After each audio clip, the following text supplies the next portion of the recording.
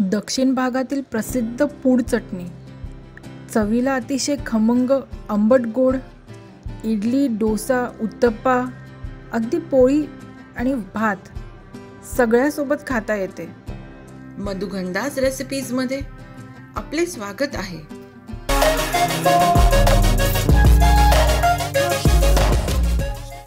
तर ही अशी मस्त आणि पौष्टिक पूड चटणी बनवण्यासाठी आपण आता 1 कप हरभरा डाळ व्यवस्थित ड्राय रोस्ट करून घेऊया, छान भाजून घेऊया। हलक्या गोल्डन रंगावरती आपल्याला भाजायचं आहे। सुरुवातीला 2 मिनिटं हाय फ्लेमवर, नंतर मध्यम फ्लेमवरती छान भाजून झाली आहे। आता ह्याला आपण थंड करायला ठेवून देऊया। आता त्याच पॅनमध्ये आपण 1 कप उडदाची डाळ भाजूया। उडीद डाळ ही पटकन भाजली जाते, त्यामुळे सतत परतत राहायची आणि गॅसचा फ्लेम आधी सांगितल्याप्रमाणेच ठेवायचा। जास्त भाजली गेली तर कडवटसर होते, त्याच्यामुळे हलकी भाजायची। आता आपण 1 कप शेंगदाणे भाजून घेऊया। आपण शेंगदाण्याचा कूट करतो किंवा चटणीसाठी जसं भाजून घेतो त्याप्रमाणे शेंगदाणे भाजून घ्यायचे।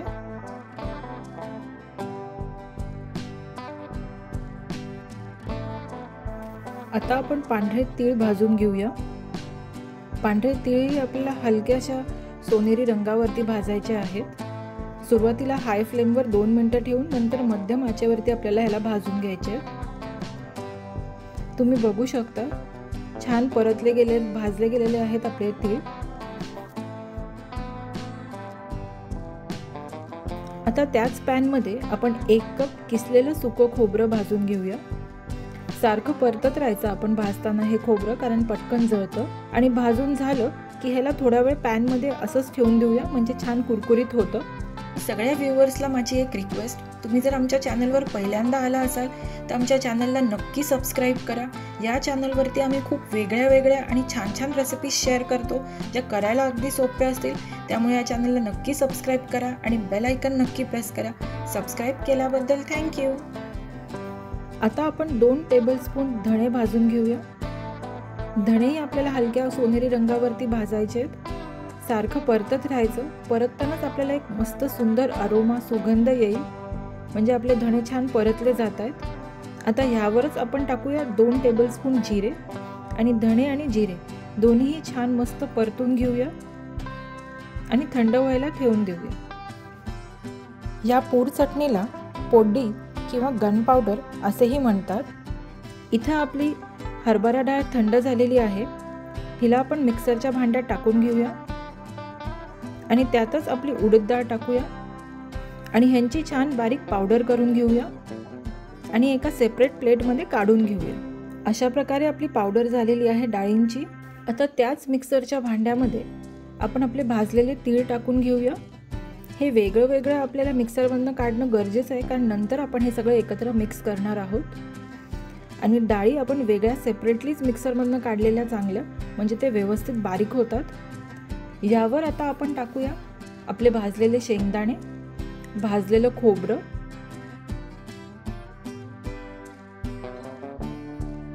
आणि 1 टीस्पून मेथ्या किंवा मेथी दाणे।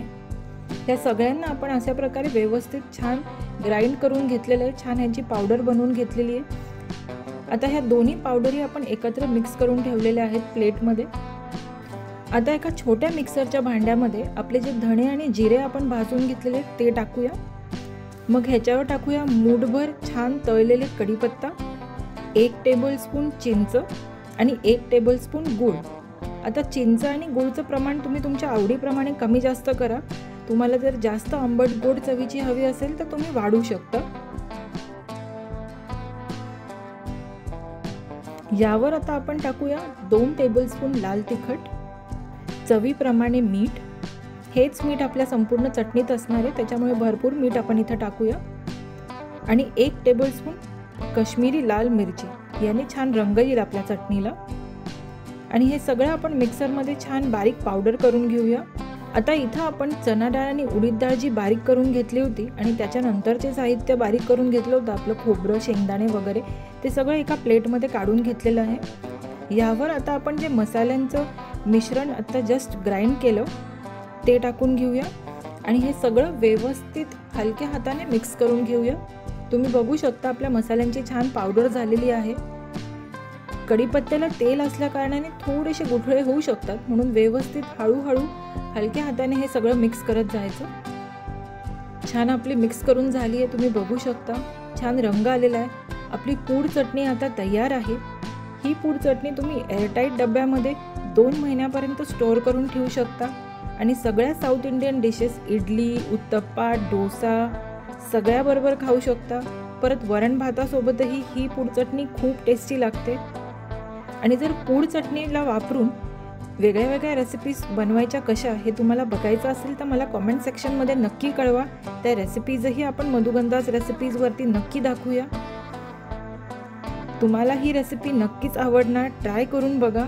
सुकी छान आंबट गोड चवीची आणि पौष्टिक मिश्र डाळींची चटणी आहे। अशाच छान छान रेसिपीजसाठी मधुगंधाज रेसिपीजला लाईक करा, सबस्क्राईब करा आणि शेअर करा।